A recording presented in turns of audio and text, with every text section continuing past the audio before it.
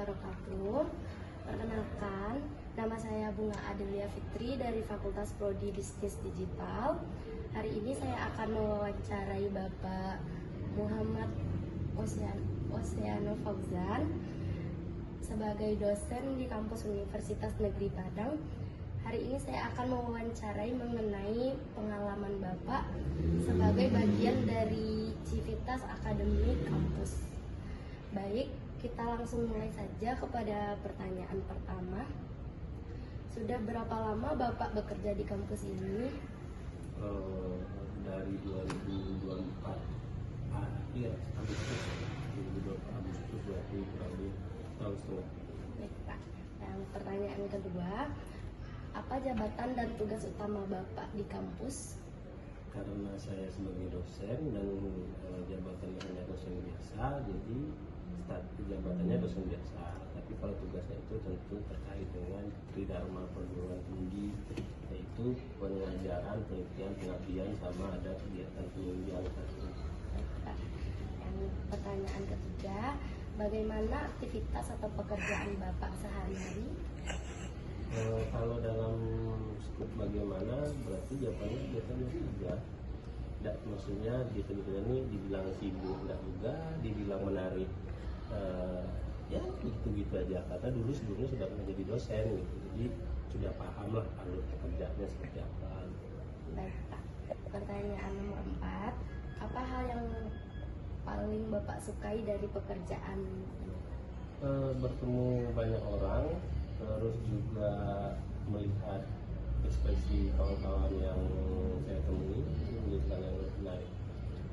Pertanyaan selanjutnya, apa tantangan yang paling sering Bapak hadapi selama bekerja di kampus? Tantangannya itu ketika menyampaikan pemikiran saya dengan orang-orang yang baru menerima pemikiran itu menjadi suatu tantangan. Pertanyaan nomor 6, bagaimana cara Bapak berkomunikasi dengan mahasiswa, dosen, dan staf lainnya? Kalau secara umum kan mereka, kawan-kawan yang tadi disebutkan itu menggunakan bahasa kan bahasa Minang. Nah, sedangkan saya untuk Minang itu kan tidak terlalu fasih, jadi saya tetap gunakan bahasa Indonesia dalam kegiatan hari-hari. Pertanyaan selanjutnya, menurut Bapak, bagaimana sikap mahasiswa saat berkomunikasi dengan Civitas Akademik Kampus? Mahasiswa. Iya. Nah, kalau mahasiswanya itu memang tidak seluruhnya, tidak juga sebagai itu, tapi ada beberapa mahasiswa itu mungkin karena satu kesibukan dia, kedua mungkin latar belakang pendidikan di rumah, jadi terkadang sikap dia kepada teman-teman yang civitas itu agak sedikit, ada mungkin kategorinya tingkat sopannya perlu ditingkatkan, ada mungkin tingkat sopannya perlu dihadirkan.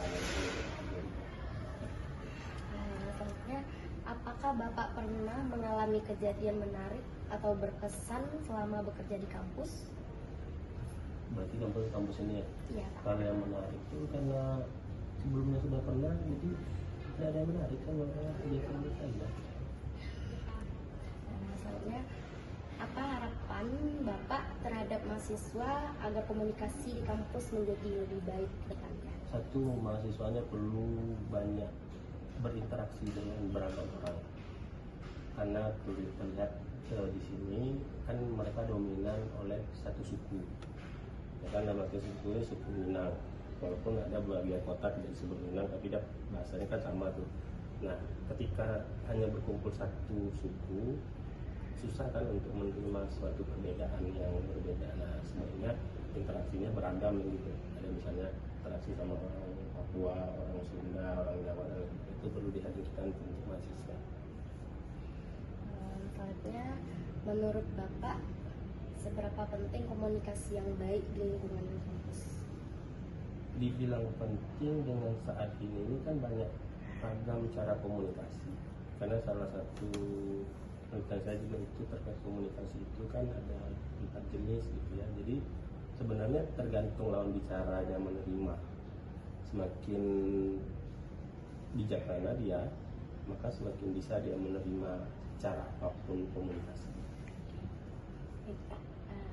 selanjutnya, apa saran Bapak untuk mahasiswa agar lebih sopan dan saat berbicara dengan civitas akademika? Ya, sarannya pertama mereka jangan takut salah, karena kan ini kan proses belajar, jadi kalau belajar itu salah biasa. Nah, yang tidak benar itu dia tidak mau salah dan tidak mau nyoba itu. Selanjutnya, apa pelajaran paling berharga yang Bapak dapatkan selama bekerja di kampus ini? Banyak sih sebenarnya. Salah satunya itu ya kita harus bisa menerima keberagaman orang dengan latar belakang apapun, cara komunikasi apapun, terus juga perlakuan seperti apa selagi dia tidak melanggar aturan agama, hukum dan adat, kita harus bisa menerima itu. Selanjutnya, bagaimana perasaan Bapak menjadi bagian dari civitas akademika kampus? Kalau dibilang bagaimana perasaan, selagi itu bisa membuat bertahan, ya, kalau saya bertahan dalam menghadapi kondisi real, ya itu akan menjadi suatu hal yang baik menurut saya. Rasanya dia baik saja. Selanjutnya, apa yang membuat Bapak tetap semangat menjalani pekerjaan Bapak sekarang? Kalau untuk sekarang itu yang bikin semangat dia tetap pasti nomor satu keluarga. Kalau rekan kerja itu tidak di luar urusan kampus itu tidak menjadi hal yang semangat. Baik, pertanyaan terakhir Bapak, apakah ada pesan yang ingin Bapak sampaikan kepada mahasiswa? Pertama, mahasiswa itu kalau sebenarnya dia harus mulai bisa membuat strategi yang baik, karena percuma kalau dia menyesali putusannya hari ini karena dia sudah memulai perjalanannya. Misalnya dia dulu nak minat di sini, ternyata tembus di sini. Nah, dia harus bisa merubah strategi dia untuk bisa selesai di sini. Kalau tidak kayak gitu dia nggak akan selesai. Dan kebanyakan itu yang terjadi. Terima kasih banyak Bapak atas waktu dan jawabannya. Semoga hasil wawancara ini bermanfaat bagi saya dan Oke. terima kasih Bapak. Terima kasih. Halo, Assalamualaikum warahmatullahi wabarakatuh. Perkenalkan, nama aku Dian Hadisti Putri dengan NIM 24367090. Baik, di sini aku akan menganalisis wawancara yang dilakukan oleh rekan aku dengan narasumber, di mana jenis komunikasi yang dilakukan adalah komunikasi interpersonal dalam bentuk wawancara langsung. Jadi ada interaksi dua arah yang saling tanya jawab dan bisa langsung melihat ekspresi atau respon satu sama lain. Serta apakah teman aku udah menerapkan etika komunikasi? Sebenarnya sudah cukup sopan. Mereka membuka dengan salam, menyapa dengan baik, memperkenalkan diri, dan meminta izin dulu sebelum memulai. Cara duduk dan intonasi bicara juga menunjukkan rasa hormat kepada dosen. Hambatan yang terjadi ketika wawancara berlangsung ada beberapa gangguan seperti suara yang agak berisik, jadi kadang kurang fokus. Selain itu juga di awal agak sempat terasa canggung atau grogi, jadi suasana agak menjadi kaku. Cara mengatasinya, teman aku cukup bisa mengatasi situasi tersebut dengan dia tetap tenang, tidak mau memotong pembicaraan dan memberi waktu kalau dosen sedang berpikir. Selain itu, tetap fokus dengan melihat ke arah narasumber dan sesekali melihat catatan supaya tidak keluar dari topik.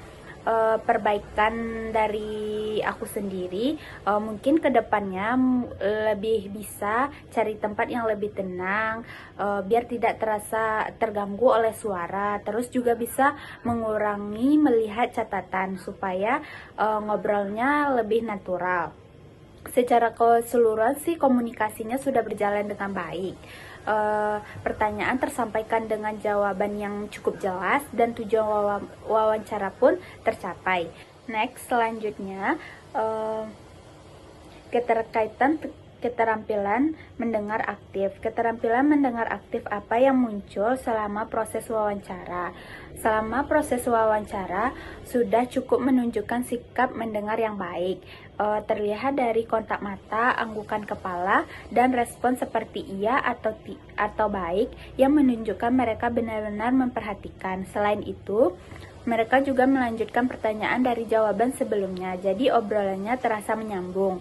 Hambatan utamanya tetap dari lingkungan, yaitu suara berisik yang bikin konsentrasi sedikit terganggu. Terus perbaikannya supaya lebih maksimal, teman aku bisa mencoba merangkum jawaban dosen dengan kata-kata sendiri atau memastikan kembali maksudnya. Ini biar tidak salah paham. Secara keseluruhan, kemampuan mendengar aktif sudah cukup baik karena teman aku terlihat benar-benar mengikuti alur pembicaraan, bukan sekadar menunggu giliran bertanya.